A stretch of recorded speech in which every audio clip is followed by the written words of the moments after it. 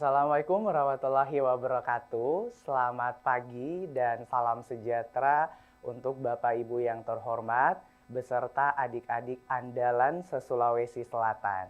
Gimana kabarnya pagi ini? Masih semangat untuk belajar?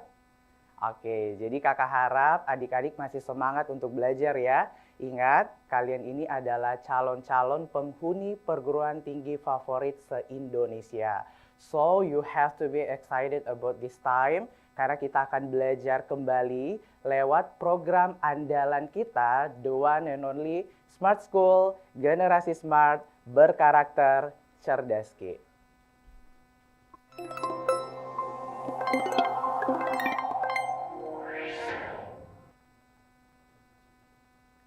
Oke adik-adik, kembali lagi bersama dengan Kak Andrean. Tentu saja selama 45 menit ke depan kita akan kembali belajar untuk materi Bahasa Indonesia UTBK. Especially atau secara khusus kita akan membahas untuk subtes pemahaman bacaan dan menulis atau yang biasa disingkat dengan PBM. And just information, sekedar informasi untuk ujian UTBK sendiri, untuk PBM adik-adik akan mengerjakan soal sebanyak 20 soal, dikerjakan dalam durasi waktu selama 25 menit. Oke, sudah siap adik-adik untuk belajar hari ini? Oke, kita langsung saja memperhatikan untuk soal yang pertama. Jadi seperti yang kakak jelaskan di pertemuan-pertemuan sebelumnya, materi atau subtes Bahasa Indonesia UTBK, rekomennya kakak adik-adik langsung dulu baca soalnya. Jadi jangan baca teksnya dulu, kita sebisa mungkin menghemat waktu dalam pengerjaan soal. Nah, kebetulan di slide pertama kalau adik-adik lihat di sini kan berupa teks ya. Berarti kita langsung next dulu ke soal untuk nomor pertama. Dia mintanya soal tentang apa. Nah, adik-adik coba perhatikan soal. Jadi kalau adik-adik perhatikan di soal pertanyaan pertama, di situ dikatakan penggunaan tanda baca yang kurang tepat. Jadi penggunaan tanda baca yang kurang tepat. Nah, adik-adik, kalau kita berbicara mengenai tanda baca, itu kan ada banyak ya, tanda petik 2, tanda koma, tanda titik 2, tanda hubung, dan seterusnya. Nah, jadi untuk pengerjaan soal mengenai penggunaan tanda baca, sarannya kakak fokus dulu di penggunaan tanda baca koma. Kenapa? Karena kebanyakan di soal-soal UTBK untuk penggunaan tanda baca yang salah itu kebanyakan penggunaan tanda koma. Jadi dua kemungkinan di soal tersebut. Ada tanda komanya yang salah atau bisa jadi ada koma yang harusnya dimunculkan di dalam teks tersebut tapi tidak dimunculkan. Nah, jadi coba perhatikan dulu untuk yang ada di slide pertama mengenai teksnya. Adik-adik coba perhatikan dulu dari segi tanda komanya. Oke, kalau kita lihat di opsi itu dimulai dari kalimat pertama. Jadi kalimat pertama di situ dikatakan sebelum mulai bersih-bersih, matikan ponsel Anda dan lepas semua aksesori pendukung seperti casing HP. Nah, adik-adik kalau kita perhatikan di sini kan untuk yang pertama, kalimat pertama di sini ada penggunaan tanda koma. Nah, pertanyaannya di dalam teks tersebut apakah komanya sudah benar atau salah? Nah, kira-kira komanya sudah benar atau salah? Nah, jadi di sini karena ada keterangan waktu atau urutan waktu yang menandakan kalimat itu otomatis dimulai dari keterangan. Jadi kalau misalnya di kalimat itu mulai dari kata yang menunjukkan keterangan atau konjungsi atau preposisi, biar jelas subjek predikatnya kita harus berikan tanda koma sebagai pemisah antara anak kalimat dan induk kalimat. Berarti dalam hal ini kalau kita cek untuk penggunaan tanda komanya sudah benar ya. Nah, sekarang adik-adik coba perhatikan dulu. Di kalimat selanjutnya di situ dikatakan matikan ponsel Anda dan lepas semua aksesori pendukung seperti casing HP. Apakah di kalimat itu harus ada koma atau tidak? Nah, sekarang ada tips dari kakak. Jadi kalau misalnya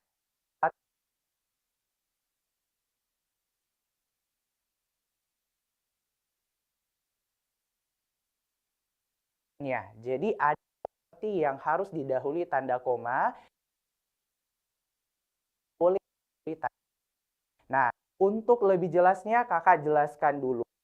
Jadi adik-adik, kalau misalnya adik-adik menemukan ada konjungsi seperti dan itu belum seperti ada nah, atau untuk kalimat atau kata selanjutnya itu dia menggunakan contoh atau perincian.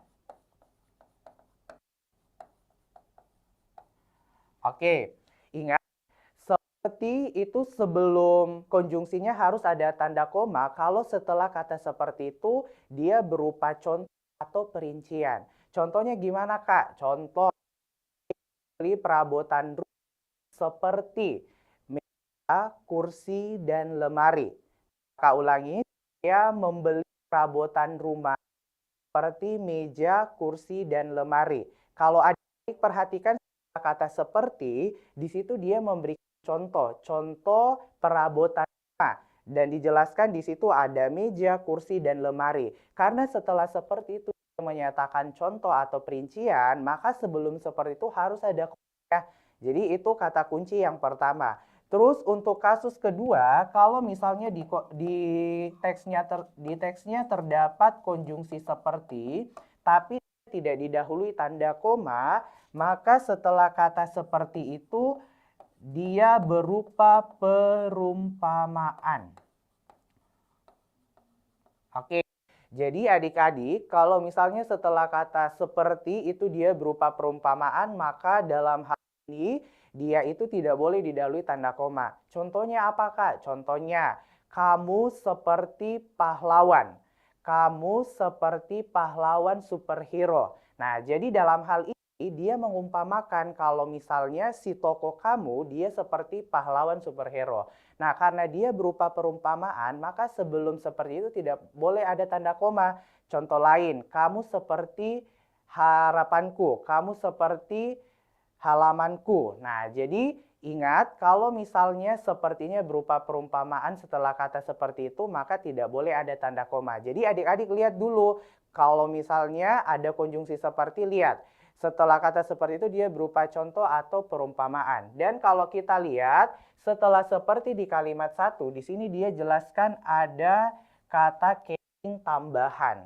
Nah, kalau kita baca secara keseluruhan sebelum mulai bersih-bersih, matikan ponsel Anda dan lepas semua aksesori pendukung seperti casing HP.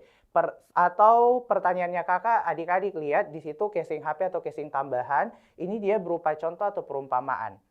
Nah, jadi casing tambahan dia itu berupa contoh ya. Jadi harusnya sebelum konjungsi seperti itu dia harus ada tanda komanya karena dia berupa contoh atau perincian, yaitu menjelaskan tentang contoh berupa aksesori pendukung. Jadi dalam hal ini sudah kita dapatkan jawabannya ya. Kalau misalnya ternyata untuk kesalahan penggunaan tanda baca yaitu ada di kalimat pertama yang dimana sebelum seperti itu harus ada komanya.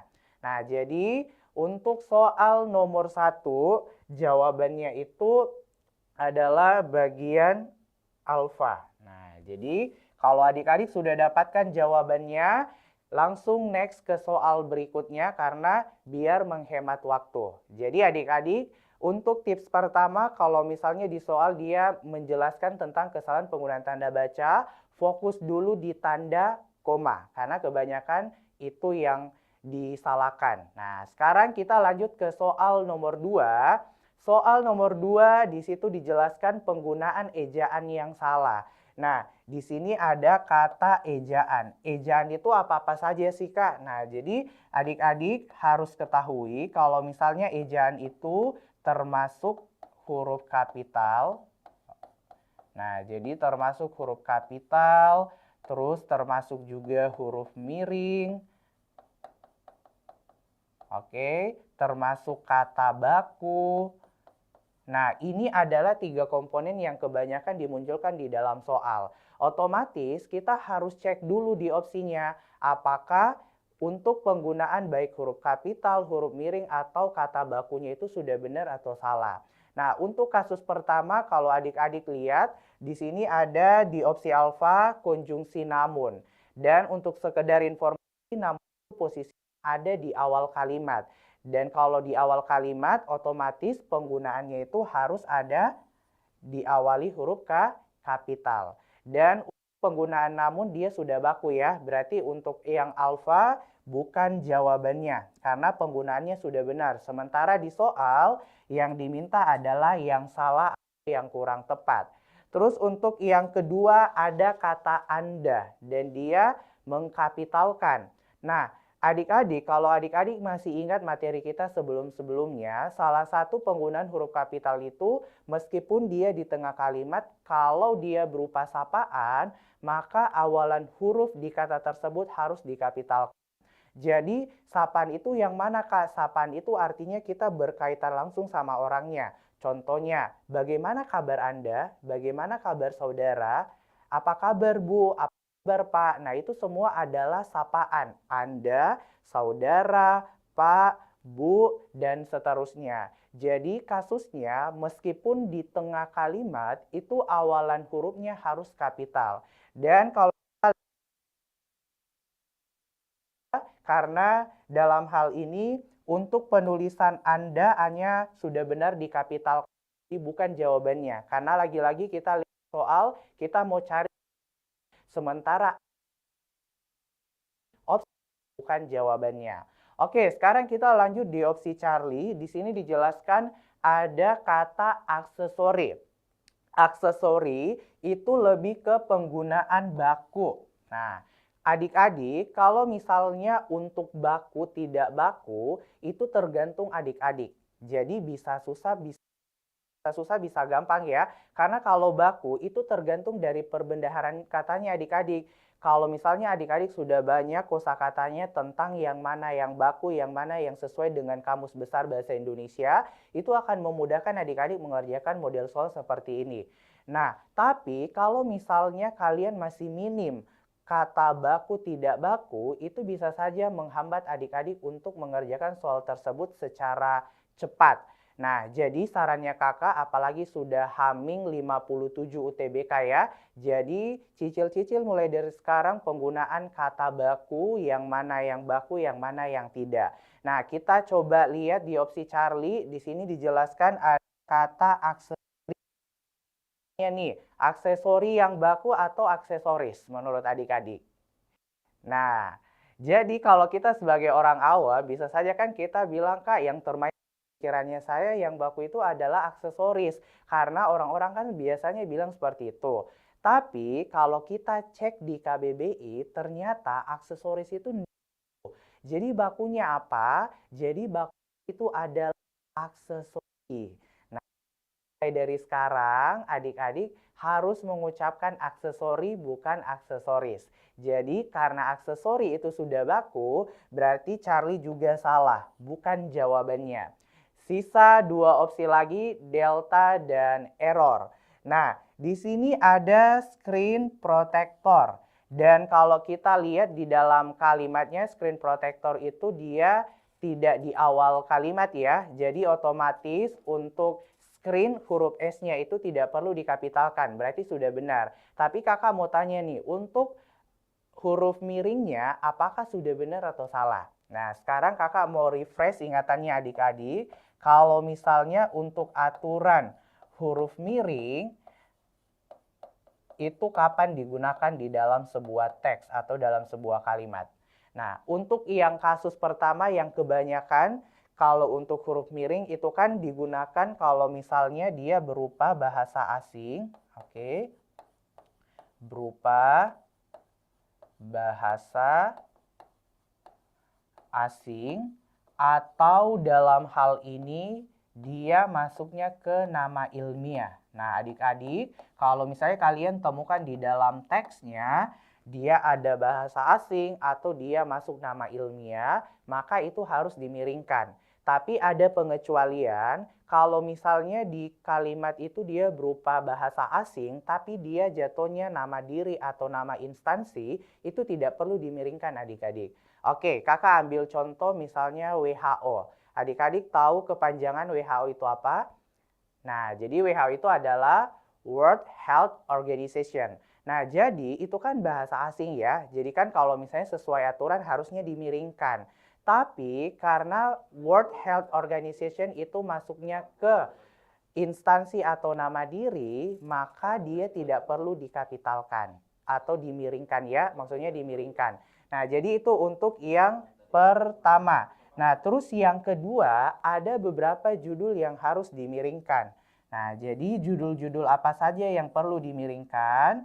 Nah, judul-judul yang perlu dimiringkan adalah judul buku, terus judul film, oke, judul album lagu, oke, terus judul acara TV, oke, terus ada juga judul media massa,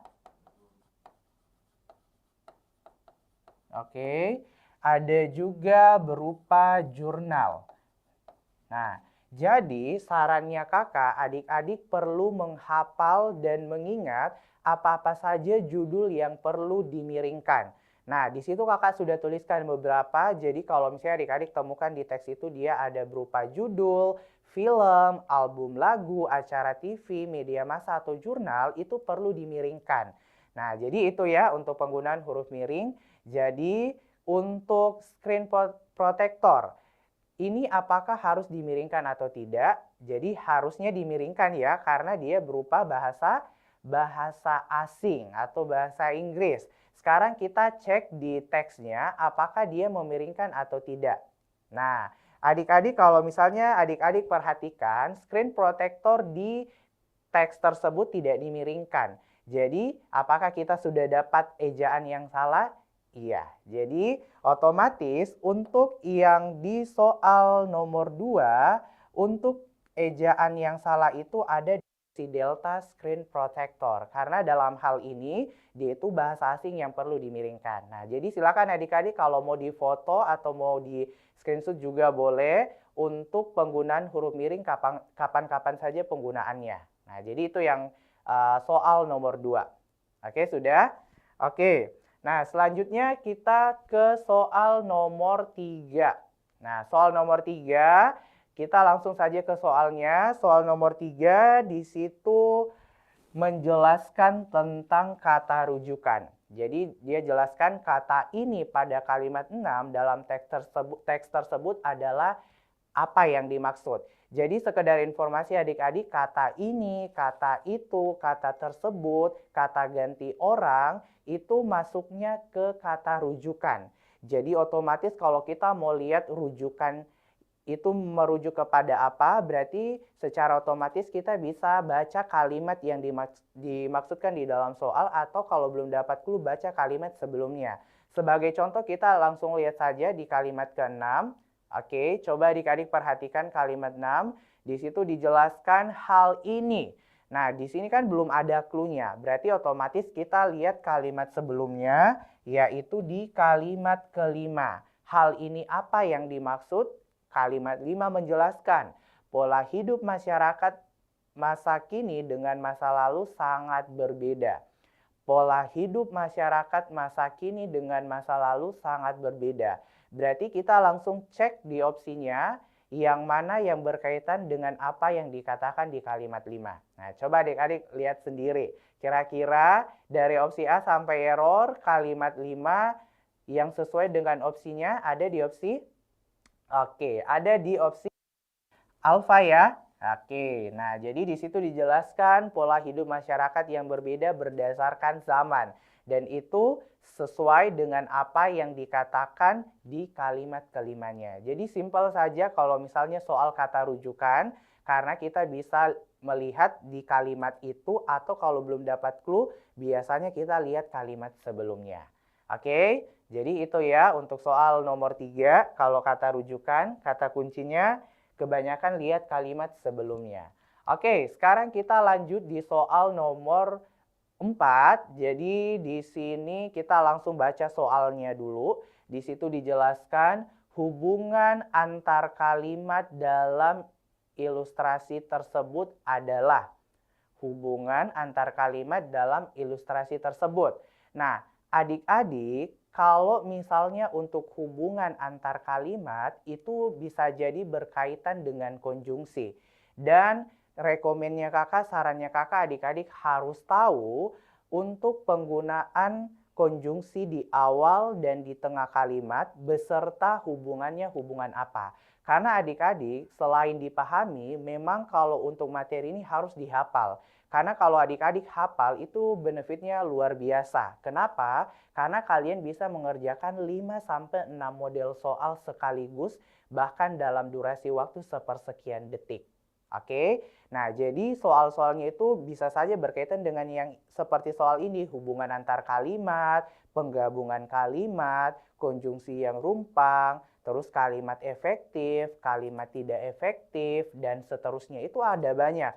Jadi dalam hal ini kita akan belajar dulu kapan konjungsi itu di awal, kapan konjungsi itu di tengah, beserta dengan hubungannya. Nah, kita bahas dulu per opsinya ya. Jadi yang pertama di sini dia menjelaskan tentang hubungan pertentangan. Nah, adik-adik kalau misalnya untuk konjungsi posisinya itu secara umum ada di mana saja di kalimat. Ada di awal dan di tengah saja ya. Karena kalau misalnya untuk konjungsi tidak ada yang di akhir. Karena apa yang mau dihubungkan, masa tanda titik? Tidak mungkin ya. Jadi ingat, posisi konjungsi itu cuma ada dua, ada di awal dan di tengah. Nah, sekarang kita lihat dulu hubungan pertentangan. Hubungan pertentangan di awal itu kebanyakan biasanya dia menggunakan konjungsi akan tetapi, oke, dan juga konjungsi namun. Jadi adik-adik harus ingat ya, kalau misalnya di awal akan tetapi dan konjungsi namun. Kalau misalnya pertentangan di tengah,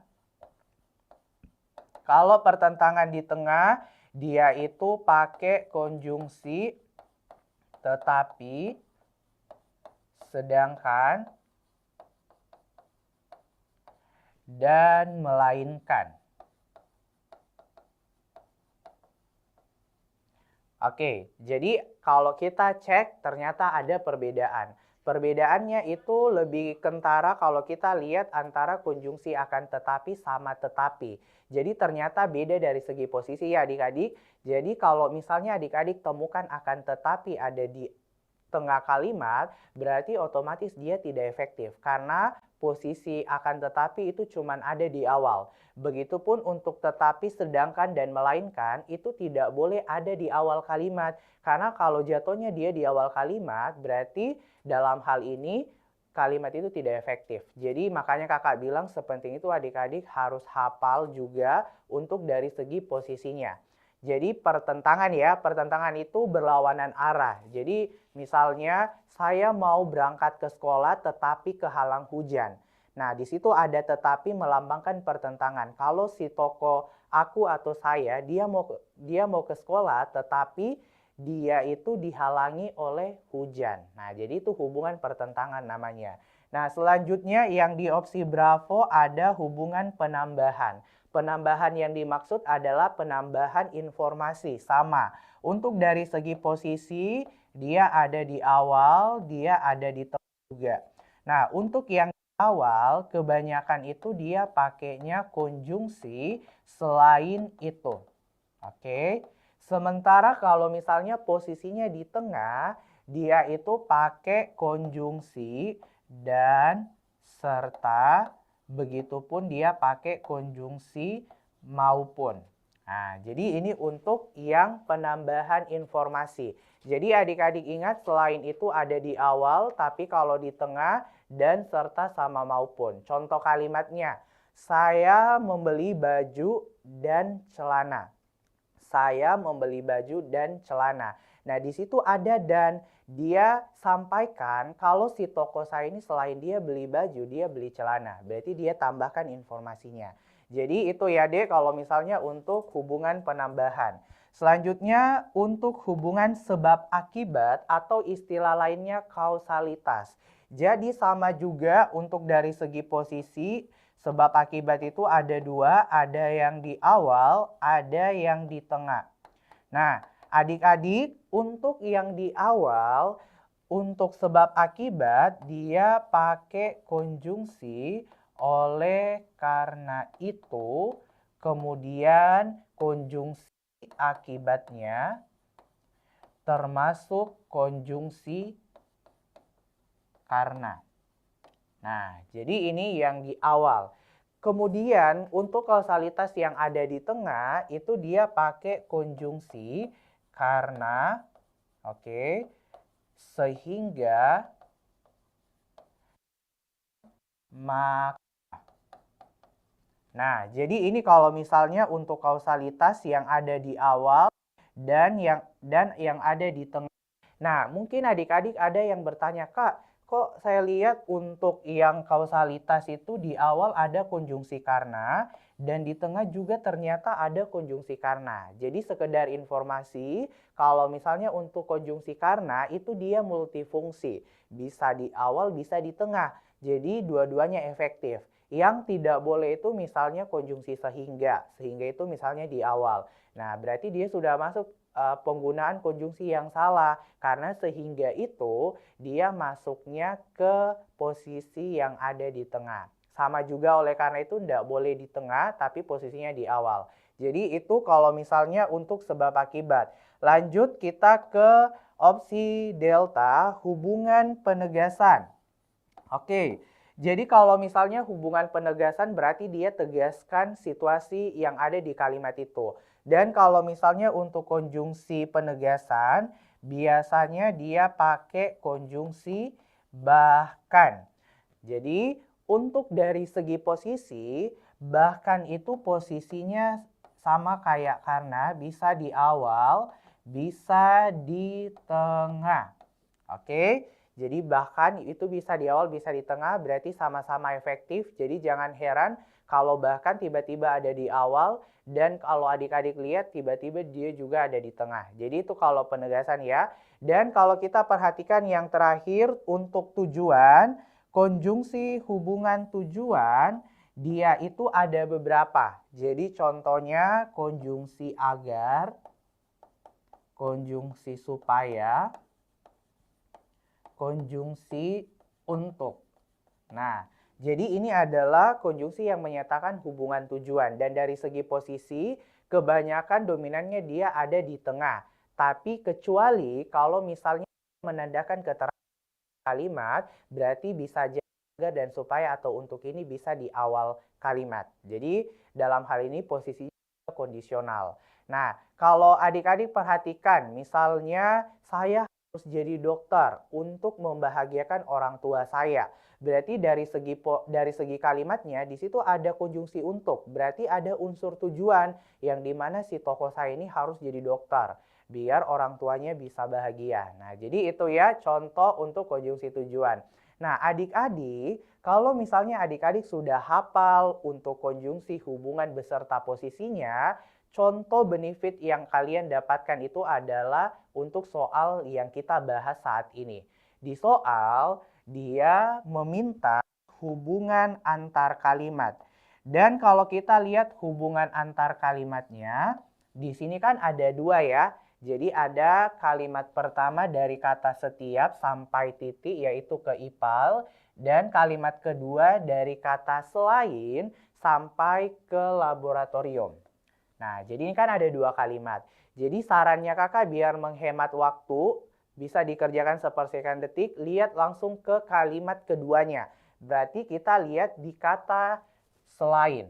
Nah, kalau adik-adik perhatikan di antara kalimat 1 dan kalimat 2, di situ ada konjungsi selain itu. Nah, gampang kan kalau adik-adik sudah tahu kalau selain itu hubungan apa, sepersekian detik adik-adik bisa jawab soal seperti ini. Selain itu tadi hubungan apa kalau adik-adik cek? Oke, selain itu dia adalah posisinya di awal yang dimana dia adalah hubungan penambahan informasi. Berarti untuk soal yang kita bahas saat ini otomatis jawabannya adalah bravo. Selain itu. Nah, gampang saja ya. Nah, silakan adik-adik kalau mau difoto boleh supaya adik-adik jadikan bahan referensi untuk mengerjakan model-model soal seperti ini yang berkaitan dengan konjungsi. Nah, jadi ingat selain itu yaitu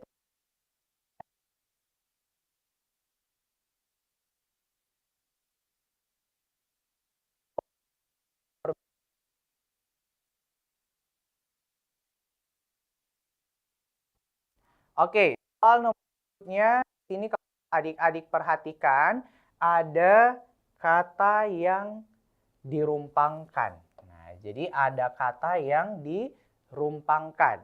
Dalam hal ini kita harus peka. Berarti kita harus mengisi kata apa yang cocok di teks tersebut. Nah, adik-adik kalau misalnya dapat kata yang dirumpangkan, oke. Jadi kalau adik-adik dapat kata atau konjungsi rumpang,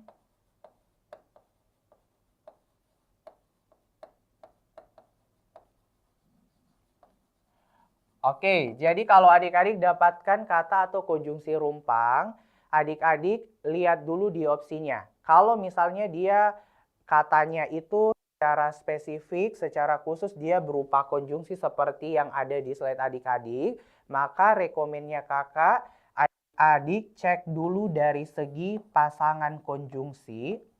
Oke. Yang kedua, lihat dari segi posisinya. Ini bisa menghemat waktu.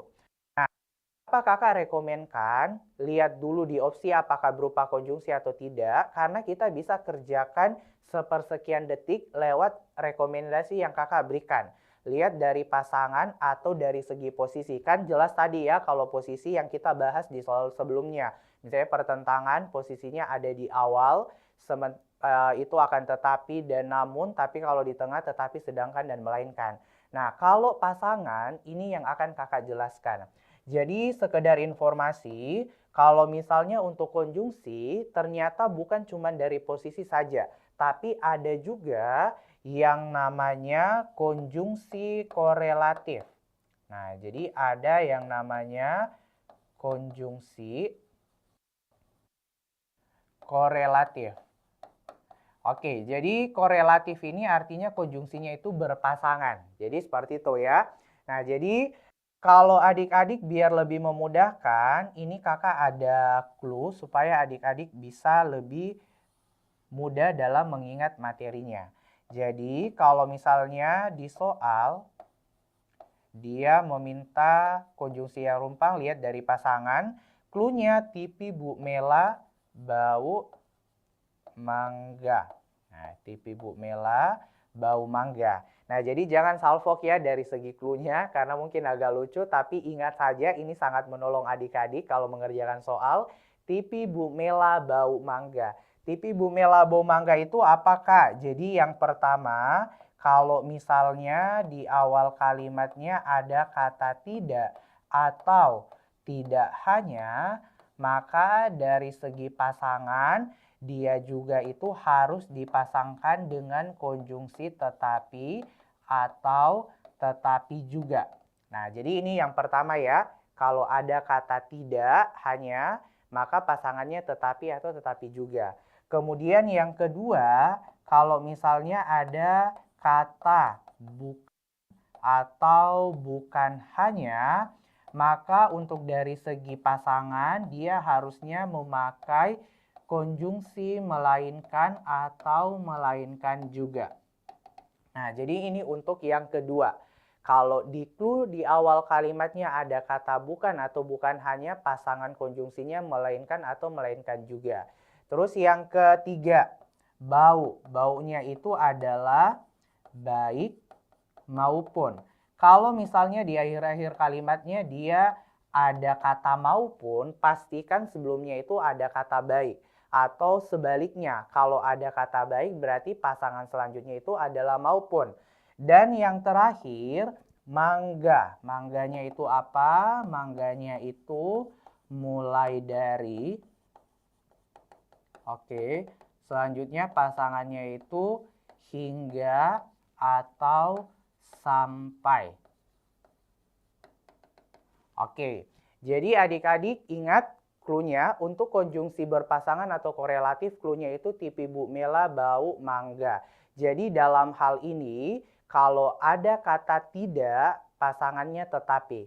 Kalau ada kata bukan, pasangannya melainkan. Jadi sama juga, sesuai akhlak tidak boleh ambil pasangannya temannya. Begitupun juga di dalam konjungsi, karena dalam hal ini dia juga itu punya pasangannya masing-masing. Jadi harus setia dengan pasangan konjungsinya. Jadi ingat adik-adik, tipi itu tidak tetapi, Bu Mela itu bukan melainkan, baunya itu baik maupun, dan mangganya itu mulai dari hingga atau sampai. Nah, kalau misalnya kasusnya Kak, saya lihat di kalimat itu dia tidak ada clue-nya. Berarti adik-adik lihat dari segi posisinya yang tadi. Kalau misalnya pertentangan konjungsi apa yang di awal, kalau pertentangan di tengah dia pakai konjungsi apa. Jadi itu ya, kalau misalnya untuk konjungsi rumpang, lihat dulu dari segi pasangan dan posisinya. Nah, sekarang kita lihat langsung ke kalimat yang dirumpangkan atau yang dihilangkan sebagian katanya. Nah, jadi kalau kita lihat pembangunan infrastruktur dapat meningkatkan taraf hidup masyarakat baik di kota titik-titik di desa. Ada clue yang dijelaskan di slide di kalimat tersebut ada. Nah, di situ ada kata baik. Nah, tadi baik itu pasangannya apa? Nah, baik itu pasangannya adalah maupun. Nah, jadi dapat jawabannya bagian del. Nah, jawabannya bagian delta. Nah, jadi gitu saja kalau misalnya untuk soal mengenai konjungsi yang rumpang. Nah, jadi adik-adik harus ingat untuk pasangan clue-nya adalah tipi Bu Mela bau mangga. Nah, jadi untuk pembahasan nomor mengenai kalimat yang rumpang, ini menjadi nomor terakhir kita untuk hari ini. Meskipun hanya beberapa soal, tapi adik-adik setidaknya sudah tahu kalau misalnya seperti di soal dia minta untuk kata yang rumpang berkaitan dengan konjungsi, yang pertama lihat dari segi pasangan dan posisi. Nah, terus kalau misalnya di soal dia mintanya penggunaan tanda baca yang salah, adik-adik lihat dulu dari segi tanda komanya. Dan ingat, kalau seperti itu dia boleh didahului tanda koma kalau dia setelah kata seperti itu berupa contoh atau perincian. Tapi kalau misalnya setelah kata seperti itu dia berupa perumpamaan, maka dia itu tidak perlu diberikan tanda koma. Nah, jadi ini ada banyak soal, nanti kita akan bahas di pertemuan-pertemuan selanjutnya. Dan kalau misalnya adik-adik ada yang mau ditanyakan berkaitan materi hari ini, kalian bisa follow atau bisa DM langsung kakak lewat Instagramnya kakak. Di situ kakak sudah tuliskan Andrean Jones. Nah, jadi itu saja untuk pertemuan kita hari ini. Tetap semangat belajar seperti yang kakak bilang sudah H-57 UTBK. Jadi sudah tidak boleh lagi bermalas-malasan, tetapi harus berlatih mengerjakan soal. Karena kalau kalian sering berlatih mengerjakan soal, maka adik-adik akan lebih familiar dengan soal tersebut. Dan sangat kemungkinan besar adik-adik akan bisa mengerjakan dalam sepersekian detik. Karena dalam hal ini blocking time itu perlu adik-adik. Jadi meskipun adik-adik bisa menjawab soal tersebut, tapi durasinya itu agak panjang, maka itu bisa saja akan membuat adik-adik kesulitan mengerjakan soal berikutnya. Jadi selain adik-adik tahu materinya, harus tepat blocking time-nya, biar adik-adik bisa mengerjakan soal tersebut secepat mungkin dengan tentunya hasil yang memuaskan. Jadi semangat buat adik-adik, kakak doakan adik-adik bisa lolos di ujian SNBT atau ujian UTBK. Tidak apa-apa, bersusah-susah dahulu, bersenang-senang kemudian. Oke, saya atas nama Andrean Junsreil pamit undur diri. Sampai jumpa di lain waktu. Assalamualaikum warahmatullahi wabarakatuh. Selamat pagi, sekian, dan terima kasih.